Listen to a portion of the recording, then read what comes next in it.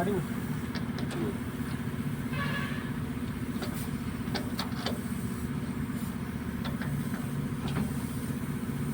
एटा गुल्लेला ठेव एटा पूरा एक गोटी ठेव हाँ